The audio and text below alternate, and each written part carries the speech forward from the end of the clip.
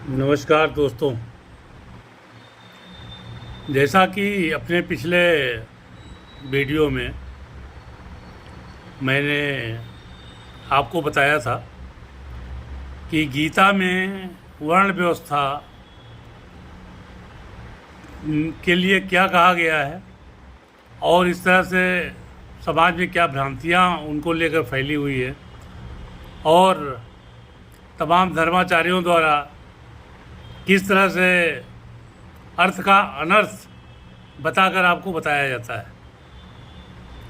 हमने वर्ण व्यवस्था के बारे में जो गीता में चौथे अध्याय में लिखा है कि वर्ण व्यवस्था जन्मना नहीं है, कर्मना है, उस कड़ी को आगे बढ़ाते हुए जो 4 वर्ण भगवान ने बोला है गीता में कि हमने बनाए हैं, परंतु इसके लिए हम जिम्मेदार नहीं हैं। उसका कारण क्या है? उसका कारण ये है कि भगवान ने यह स्पष्ट कहा है कि सारे वर्ण आपके कर्म के हिसाब से, कर्म के जो गुण हैं उसके हिसाब से उत्पन्न होते हैं, और चूंकि कर्म पर आपका अधिकार है, आप जैसा कर्म करते हैं उस तरह से वर्ण आपको मिलता है। इसलिए इसमें ईश्वर का या भगवान का कोई रोल नहीं है। अब भगवान ने चारों वर्णों के लिए क्या क्या बोला है वो हम आपको बताते हैं। उसमें जाति या वर्ण जन्मना नहीं है। उन्होंने गुण बताए हैं किस वर्ण के लिए क्या गुण होने चाहिए। यदि वह गुण आप में है तो आप उस वर्ण के हैं, नहीं है तो आप उस वर्ण के नहीं हैं, भले ही आपने किसी भी वर्ण में, किसी भी जाति में जन्म लिया हो। अब हम पहला आपको बताते हैं ब्राह्मण वर्ण। ब्राह्मण वर्ण के लिए क्या उन्होंने बोला है। समोदमस्तपस्शौचं क्षान्तिरार्जवमेव च ज्ञानं विज्ञानमास्तिक्यं ब्रह्म कर्म स्वभावजम्। मतलब मन का निग्रह करना, इंद्रियों को बस में करना, धर्म पालन के लिए कष्ट रहना, बाहर भीतर से शुद्ध रहना। ऐसा नहीं कि मुंह पर कुछ है और मन में कुछ है। दूसरे के अपराध को क्षमा करना, जो सबसे बड़ी चीज़ है ब्राह्मणत्व के लिए। शरीर मन आदि में सरलता रखना, वेद शास्त्र आदि का ज्ञान होना। यदि आप किसी ब्राह्मण के घर में भी पैदा हुए हों परंतु आपको वेद और शास्त्र का ज्ञान नहीं है तो आप ब्राह्मण वर्ग में नहीं आते हैं। विज्ञान का अनुभव होना, विज्ञान का मतलब तर्क से है। किसी भी संशय को तर्कशील तरीके से कैसे हल किया जाए, यज्ञ विधि को अनुभव में लाना और परमात्मा वेद आदि में आस्तिक भाव रखना, ये ब्राह्मण के स्वाभाविक कर्म हैं। इसमें कहीं ऐसा नहीं लिखा है कि अगर किसी ब्राह्मण के घर आप पैदा हो गए तो आप ब्राह्मण हैं, बिल्कुल नहीं। भगवान श्री कृष्ण ने गीता में स्पष्ट कहा है कि यदि ये सब कर्म आपके अंदर हैं जो मैंने आपको बताया तो आप ब्राह्मण हैं। आपके जन्म किस में हुआ है, आपके पिताजी की जाति क्या थी, इससे इसका कोई लेना देना नहीं है। तो ये तमाम भ्रांतियां जो फैलाई गई हैं कि एक ब्राह्मण का बेटा ही ब्राह्मण होगा, यह गलत है। अब आपको दूसरे वर्ण की तरफ ले चलते हैं, क्षत्रिय वर्ण। इसमें भी यही है कि ये राजपूत अपने को समझता है कि हमारा बेटा भी राजपूत है, लेकिन गीता क्या कहती है इस पर हम आपको बताते हैं। अध्याय 18 का 43वां श्लोक, क्षमा करिएगा।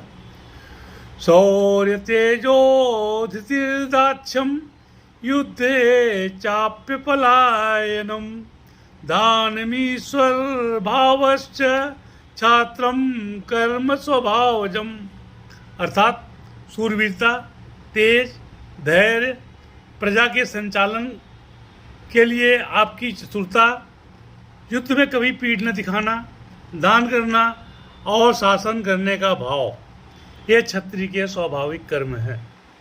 अब यदि किसी भंगी या किसी ऐसी जाति जिसको हम अस्पृश्य मानते रहे हैं, उसके बेटे में भी ये सब गुण हैं, तो गीता के अनुसार वर्ण व्यवस्था में उसका स्थान क्षत्रिय का होता है, शूद्र का नहीं। इसलिए यह भ्रांतियाँ आपको दूर कर देनी चाहिए कि वर्ण व्यवस्था जन्मना होती है, वह कर्मणा होती है, और भगवान श्री कृष्ण के मुंह से भगवत गीता निकली हुई है, इसलिए इसमें कोई संशय की गुंजाइश नहीं है कि जो भी इसमें लिखा है वो सच है। इसलिए आप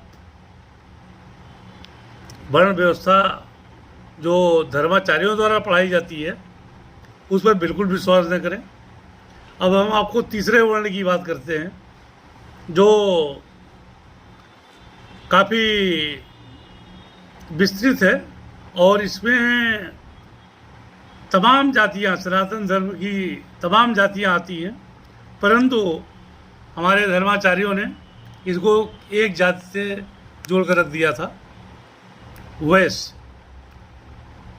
श्रीमद् भगवत गीता के हिसाब से वैश्य क्या है, कौन से लोग वैश्य में आते हैं, उसका विवरण सुनिए। भगवत गीता के 18वें अध्याय का 44वां श्लोक, कृषि गौरक्ष्य वाणिज्यम वैश्य कर्म स्वभावजम परिचर्यात्मकम कर्म शूद्रस्यापि स्वभावजम, अर्थात खेती करना, गायों की रक्षा करना, व्यापार करना और जनजीवन को चलाने के लिए आवश्यक वस्तुओं का निर्माण और व्यापार करना, चाहे वह लोहे का औजार बनाना हो, चाहे खेती के औजार बनाने हो, चाहे मिट्टी के बर्तन बनाने हो, चाहे खेती करना हो, चाहे खेती के सामानों का व्यापार करना हो, अनाज का खरीद फरोख्त करना हो, चाहे पशुपालन हो, गाय पालना हो, भैंस पालना हो, भेड़ पालना हो, बकरी पालना हो, ये सारे वैश्यों के लक्षण हैं। ये सारे वैश्यों के लक्षण हैं गीता के अनुसार। परंतु आज क्या कहा जाता है, अगर आप यादव हैं, कुर्मी हैं, कुशवाहा हैं, पाल हैं, तो आप पिछड़ी जाति में आते हैं और आपका वर्ण क्या है, शूद्र है, जबकि ये मिथ्या है और यह धार्मिक ग्रंथों का अपमान है। इसलिए किसी भी ऐसी जाति के व्यक्ति को जो किसी उत्पादन में लगा है या व्यापार में लगा है या किसी भी वस्तु का उत्पादन करता है, चाहे वह उद्योग धंधे में हो, चाहे वह कृषि में हो, चाहे वह वाणिज्य में हो, किसी भी जाति का है, तो वह वैश्य वर्ण का है। इसी तरह से शूद्रों के लिए बोला गया है,